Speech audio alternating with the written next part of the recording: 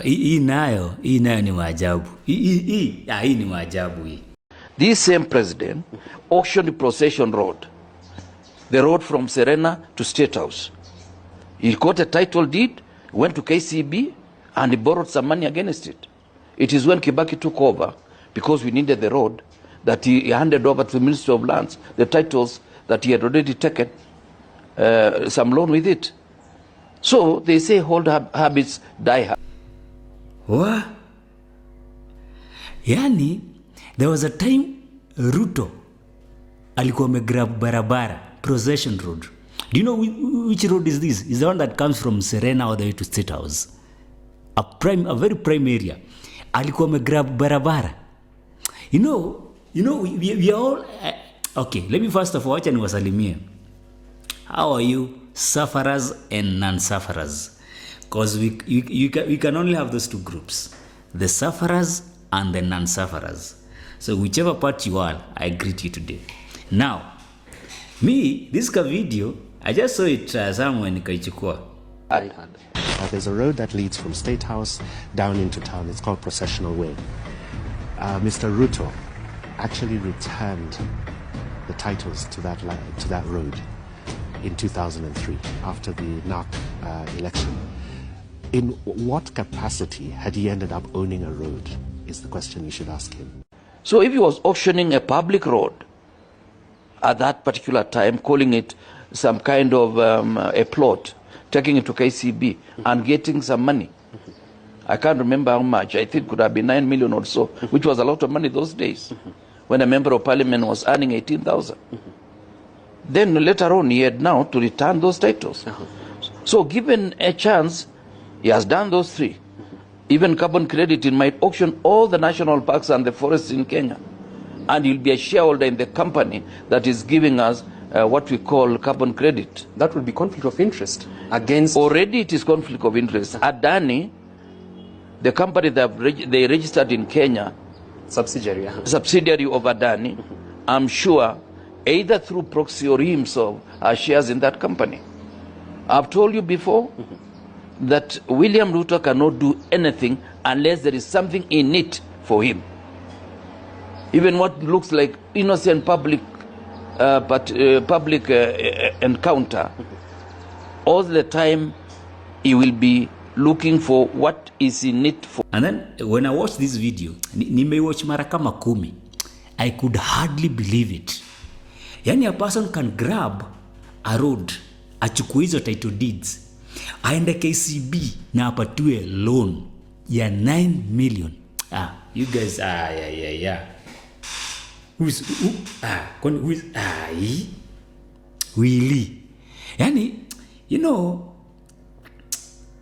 what has he not? Apana.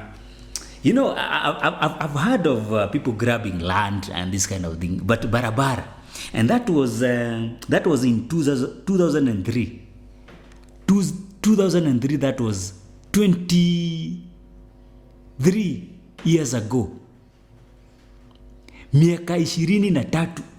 Yani 2003 alikuwa amegrab alikuwa it is okay. This guy is saying at that time he was an MP. And it was the time of Kibaki.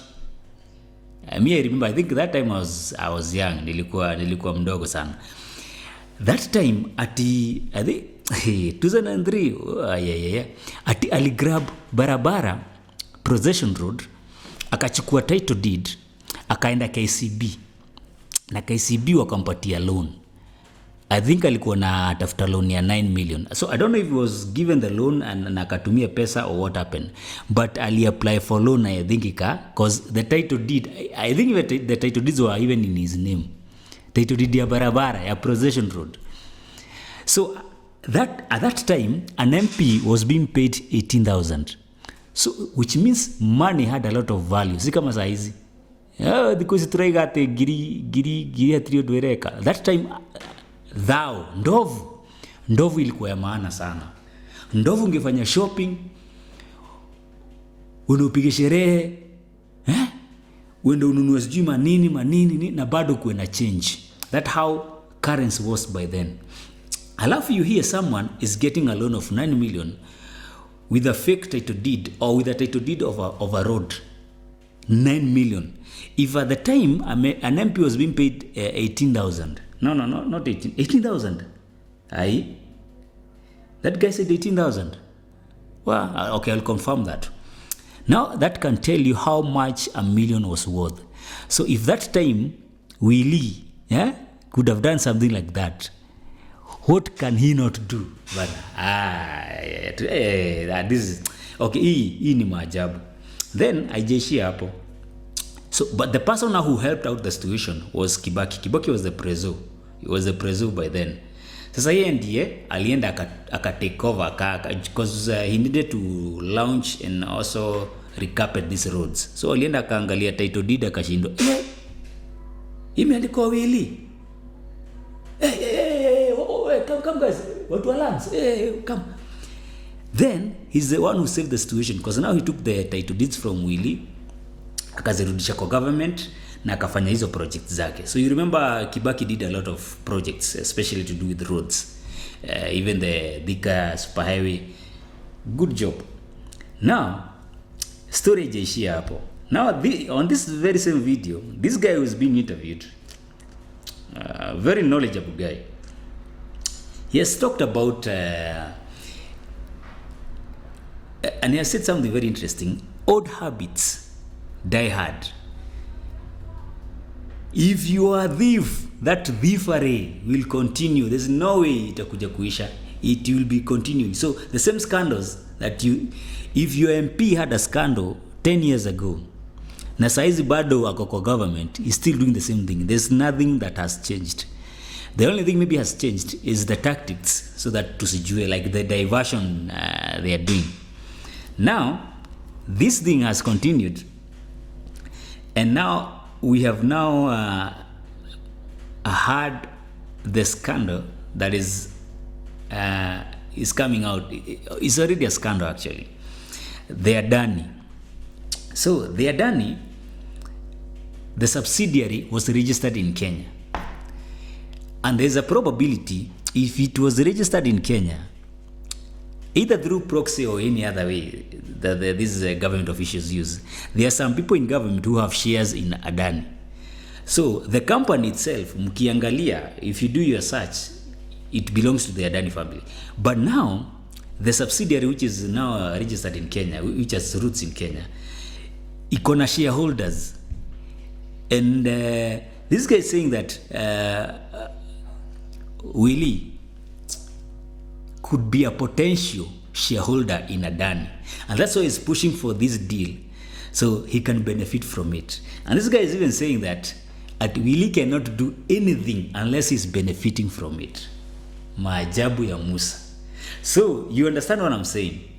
That whatever is happening, whatever this government is pushing, wanafaidika.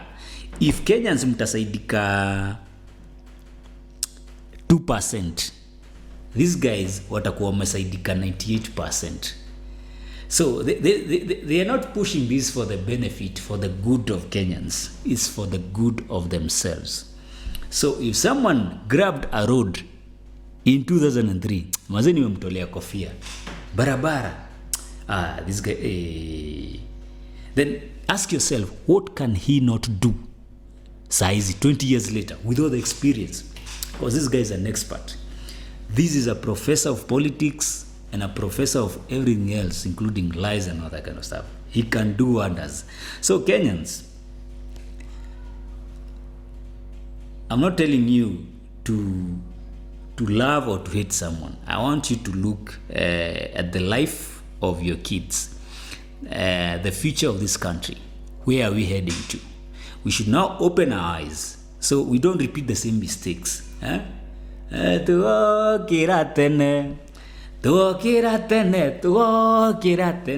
nothing wrong with waking up early. Me, I'm a 5 a.m. club member. I wake up early. But what are you waking up early to do? Are you going to sign something to make you suffer for 5 years? And let's open our eyes. Let's know what exactly is happening to us, to our country. Sawa guys. Hey, but hii nayo ni noma. Barabara. Sawa, cheers guys.